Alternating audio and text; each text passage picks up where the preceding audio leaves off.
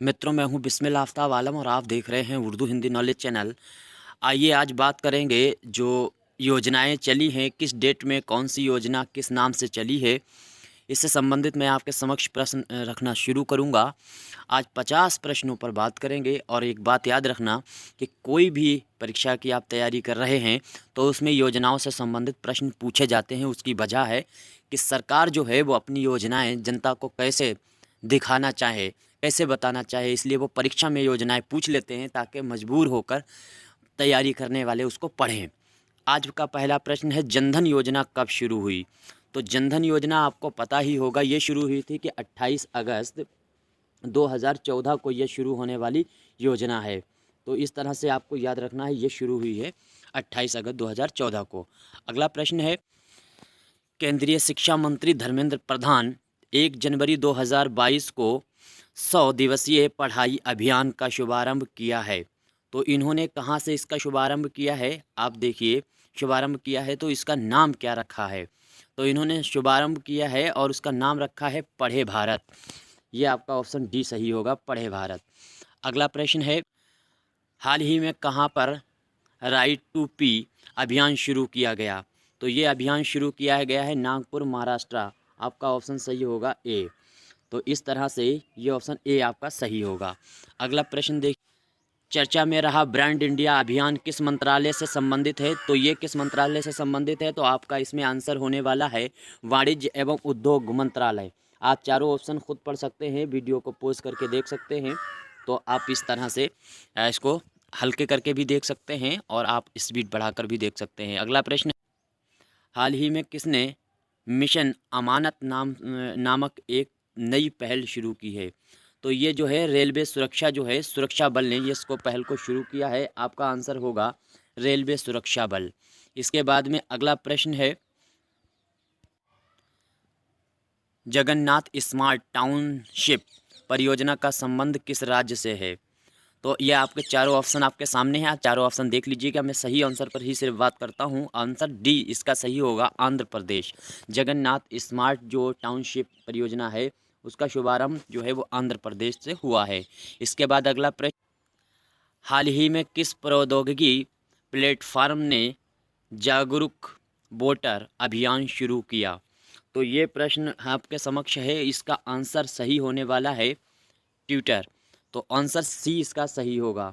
इसके बाद में अगला प्रश्न देखिए, अगला प्रश्न है, 19 जनवरी 2022 को किसने सारथी ऐप लॉन्च किया है? तो सारथी ऐप किसने लॉन्च किया है ये आपको याद रहे और बहुत ही आसान है। ये सेबी द्वारा इसको ऐप को लॉन्च किया गया है और सेबी की वर्तमान में जो है वो माधवी पुची जो हैं वो शायद इसकी अध्यक्ष हैं, सीईओ हैं। लीप स्टार्टअप प्रोग्राम का संबंध किससे है? तो इसका संबंध किससे है? आपका सही आंसर होने वाला है फ्लिपकार्ट। आंसर नंबर जो है वो सी सही होने वाला है, इसका आंसर फ्लिपकार्ट आपको याद रखना है। इसके बाद में अगला प्रश्न है, सेहत पहल, सेहत पहल का संबंध किस मंत्रालय से है? तो ये सेहत पहल जो है इसमें आपका आंसर होगा रक्षा मंत्रालय। रक्षा मंत्रालय इसमें आंसर बिल्कुल सही होने वाला है। इसके बाद में अगला प्रश्न है, केंद्रीय बजट 2022-23 में 6,000 करोड़ रुपए की अनुमानित लागत के साथ रैंप कार्यक्रम को शुरू करने की घोषणा की गई है। यह संबंधित है, तो यह किससे संबंधित है? तो आपका आंसर सही होगा डी। इसका संबंध जो है वो MI से है। इसका संबंध इस तरह से आपका आंसर ये सही होगा। पहले एम होगा, इसके बाद में एस होगा, फिर एम होगा और फिर इसके बाद में आई होगा। इसके बाद में अगला प्रश्न देखिए,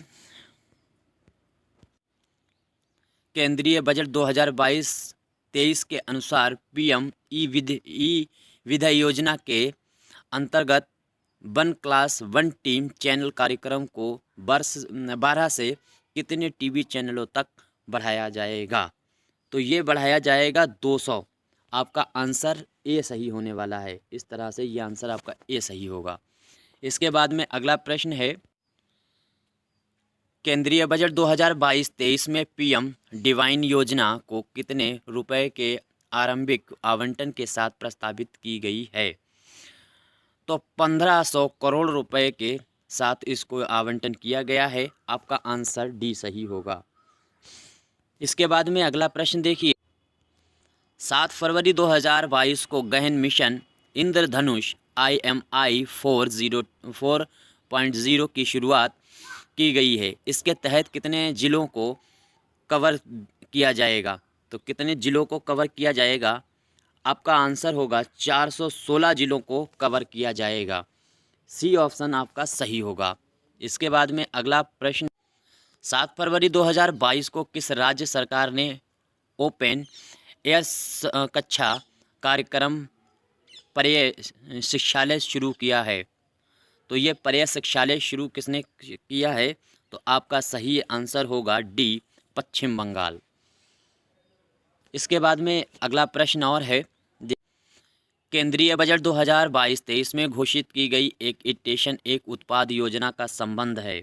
तो एक स्टेशन एक उत्पाद का संबंध जो है वो सीधा ही आपको पता चल रहा होगा, रेलवे परिवहन के माध्यम से इस योजना का प्रारंभ किया गया है। इसके बाद में अगला प्रश्न है, हाल ही में किसने मानव तस्करी को रोकने के लिए ऑपरेशन आहट शुरू किया है?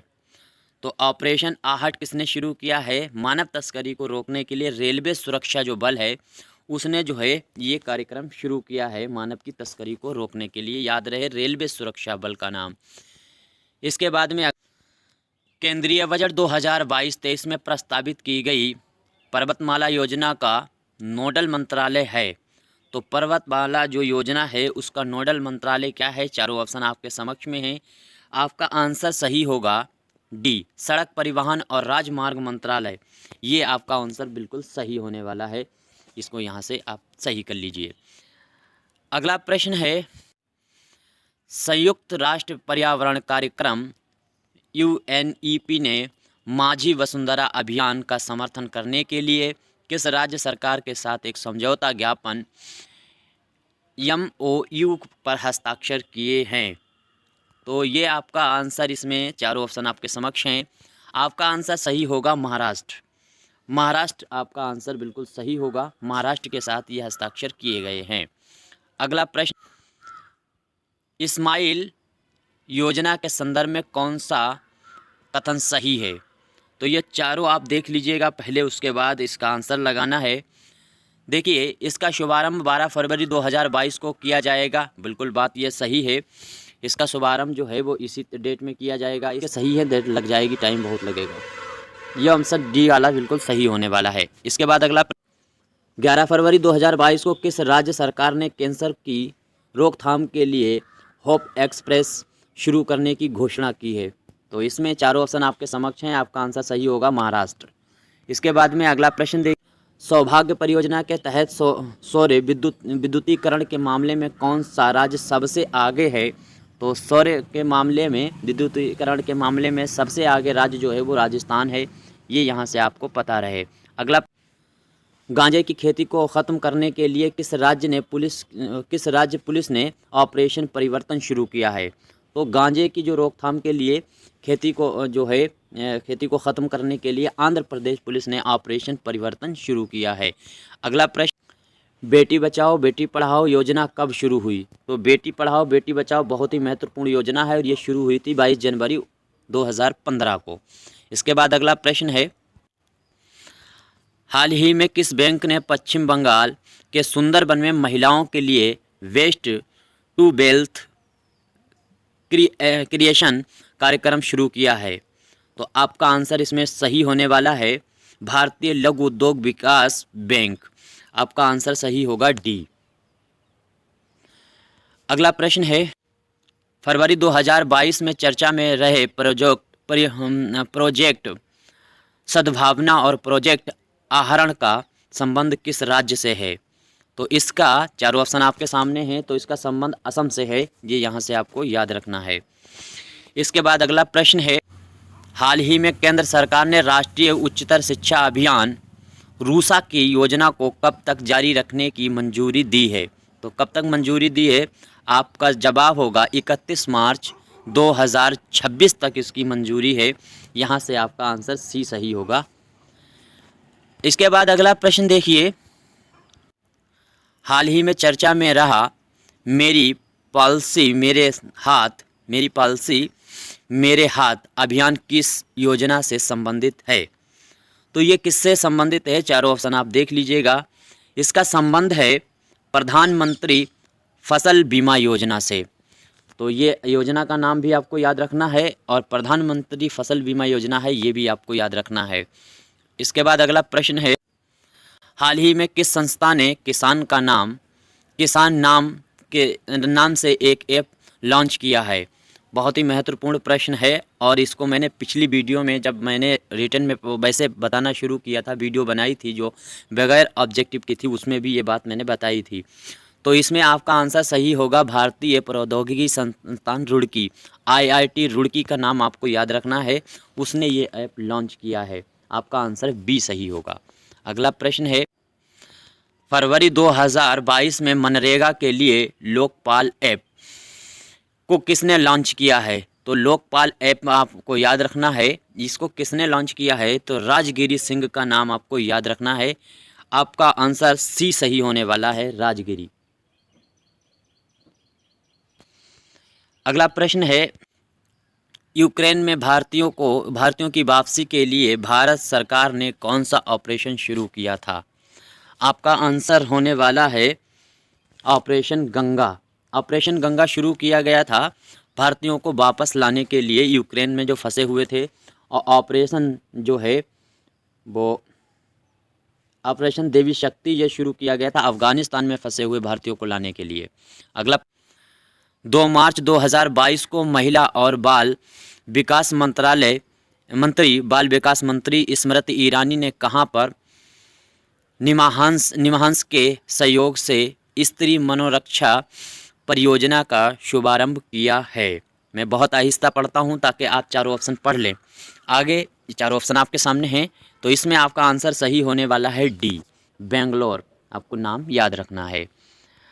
अगला प्रश्न है, 4 मार्च 2022 को किस राज्य के मंत्री ने अम्मा और बहिनी योजना शुरू करने की घोषणा की है?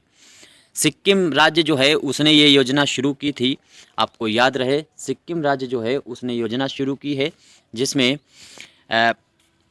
इन्होंने अम्मा और बहनी में अम्मा को पैसा देने के लिए योजना शुरू की और बहन को जो है वो पैड देने की शुरुआत की है। अगला प्रश्न, मार्च 2022 में किस मंत्रालय द्वारा 2 विशेष पहल संभव और स्वावलंबन की शुरुआत की गई है? तो आपका इसमें चारों आंसर देख लीजिए, इसमें सही होगा MSMI मंत्रालय। ए वाला ऑप्शन बिल्कुल आपका सही होगा। अगला प्रश्न है, 7 मार्च 2022 को किस मंत्रालय ने समर्थ अभियान लॉन्च किया? तो जो है समर्थ अभियान जो लॉन्च किया है वो भी इसी MSMI मंत्रालय ने ही लॉन्च किया है, ये बात आपको याद रहे। ये दोनों प्रश्न आपको याद रहें, एक ही मतलब मंत्रालय है, उसके द्वारा ये दोनों लॉन्च किए गए हैं, कार्यक्रम किए गए। अगला प्रश्न है, 7 मार्च 2022 को ही महिला एवं बाल विकास मंत्रालय ने किसके साथ मिलकर कन्या शिक्षा प्रवेश उत्सव अभियान शुरू किया? तो शिक्षा मंत्रालय और यूनिसेफ, इन दोनों ने मिलकर के ये कार्यक्रम शुरू किया है। इस तरह से आपका आंसर डी सही होने वाला है। अगला प्रश्न आप देखिए, मार्च 2022 में किस राज्य ने नान मधुलवान योजना शुरू की? तो नान मधुलवान जो योजना है ये शुरू करने वाला राज्य है तमिलनाडु। आपका आंसर सी सही होगा। अगला प्रश्न है, 8 मार्च 2022 को किस राज्य सरकार ने कौशल्या मातृत्व योजना की शुरुआत की है? चारों आंसर आपके सामने हैं, तो आपका उत्तर होने वाला है छत्तीसगढ़। बी आंसर आपका बिल्कुल सही होगा। इसके हाल ही में किस राज्य सरकार ने मातृशक्ति उद्यमिता योजना शुरू करने की घोषणा की है? तो उद्यमिता जो है ये शुरुआत की है हरियाणा का नाम आपको याद रखना है। इसके बाद हाल ही में किस राज्य सरकार ने वीमेन #वर्क कार्यक्रम शुरुआत की है? तो आपका आंसर आपका आंसर सही होगा कर्नाटक। अगला प्रश्न, 16 से 28 मई तक आयोजित होने वाले UBI का 2022 कार्यक्रम संबंधित है? तो ये संबंधित है इसरो।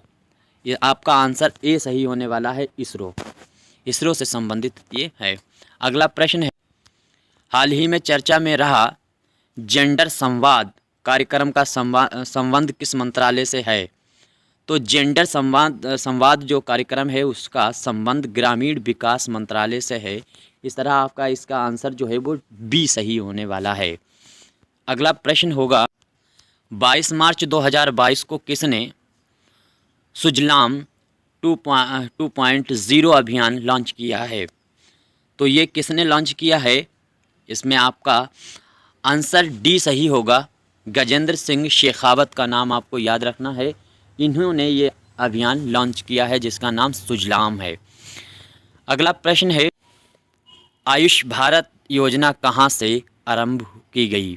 तो आयुष योजना जो है वो लॉन्च की गई है कहाँ से? तो आपका आंसर होगा रांची आपका आंसर बिल्कुल सही है। इसके बाद अगला प्रश्न है, नव भारत साक्षरता कार्यक्रम के संदर्भ में कौन सा सही नहीं है? तो देख लीजिए, इसमें से ये पहला वाला आंसर बिल्कुल सही है। 16 फरवरी 2022 को केंद्र सरकार ने इस कार्यक्रम को मंजूरी दी। इसके बाद में ये दूसरा वाला भी सही है, यह वर्ष 2022 से 2027 तक 27 की अवधि तक के लिए लागू होगा। इसके बाद में तीसरा ऑप्शन ये भी सही है, ये भी सही है। कुल मिलाकर के इसमें डी वाला आंसर आपका जो है वो सही होगा। ये वाले आंसर जो आपको दिया गया है डी में, ये गलत है। इस तरह से कुछ जो प्रश्न थे योजनाओं से संबंधित वो मैंने आपके समक्ष रखे हैं। अब अगली वीडियो में जब बात करेंगे तो ऑब्जेक्टिव के तौर पे नहीं बात करेंगे, मैं रिटन में बात करूंगा, वैसे बात करूंगा थ्योरिकल, जिससे योजनाएं या कोई भी प्रश्न होते हैं वो एकदम बिल्कुल क्लियर होते चलते हैं, इसमें कन्फ्यूज़न रह जाती है।